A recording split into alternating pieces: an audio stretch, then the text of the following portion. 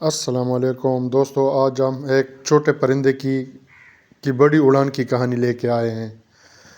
گاؤں کے کنارے ایک بڑا سا برگد کا درخت تھا جس کے ٹہنیوں میں طرح طرح کے پرندے بستے تھے۔ انہی میں ایک چھوٹا سا پرندہ بھی تھا جس کا نام چاندو تھا۔ چاندو ابھی اڑنا سیکھ رہا تھا مگر اس کے پر بہت کمزور تھے۔ وہ اکثر دیکھتا کہ دوسرے پرندے آزادانہ فضا میں پرواز کر رہے ہیں، کبھی دریاؤں کے اوپر تو کبھی پہاڑوں کے چوٹیوں کے پاس۔ چاندو چاہتا تھا کہ وہ بھی ایسے ہی اڑ سکے، مگر ایک مسئلہ تھا۔ اسے ڈر لگتا تھا جب بھی وہ گھونسلے کے کنارے آ کر نیچے جھانکتا، اس کا دل دھڑکنے لگتا۔ اس کی ماں ہر روز کہتی، ہمت کبھی ایک دم سے نہیں آتی بیٹا، چھوٹے قدم اٹھاؤ، ایک دن تمہاری اڑان سب سے مضبوط ہوگی۔ چاندو سن تو لیتا مگر کوشش نہیں کرتا۔ ایک دن موسم اچانک بدل گیا، تیز ہوا کے ساتھ بارش شروع ہوئی، درخت ہلنے لگا اور چاندو کا ننھا سا گھونسلہ بھی ڈولنے لگا۔ ماں خوراک لینے گئی ہوئی تھی اور واپس نہیں آ پا رہی تھی۔ تیز ہوا نے گھونسلے کو پوری طاقت سے جھنجھوڑا اور چاندو پھسل کر ٹہنی سے نیچے گر گیا۔ وہ زمین پر نہیں گرا، ایک موٹی سی گھاس پر آ لگا، مگر اب وہ گھبرا گیا تھا۔ اوپر دیکھتا تو گھونسلہ بہت دور تھا۔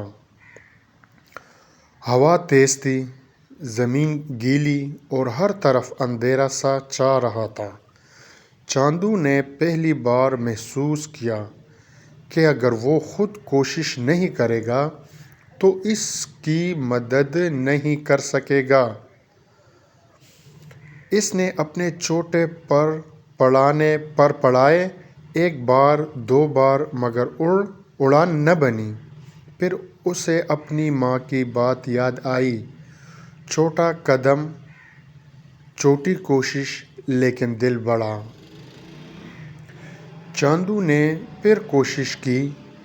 اس بار اس کے اندر خوف کے ساتھ ساتھ ہمت بھی شامل ہو گئی۔ وہ چھلانگ لگا کر تھوڑا سا فضا میں اٹھا، پھر نیچے آ گیا، لیکن گرا نہیں۔ اس نے دیکھا کہ وہ پہلے سے بہتر اڑا تھا۔ وہ مسلسل کوشش کرتا رہا، اس کے پر بھیگے ہوئے تھے مگر اس کا دل گرم تھا۔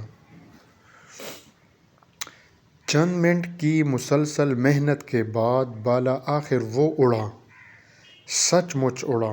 لمبی اڑان نہیں تھی مگر اتنی کہ قریب والی ٹہنی تک پہنچ سکے۔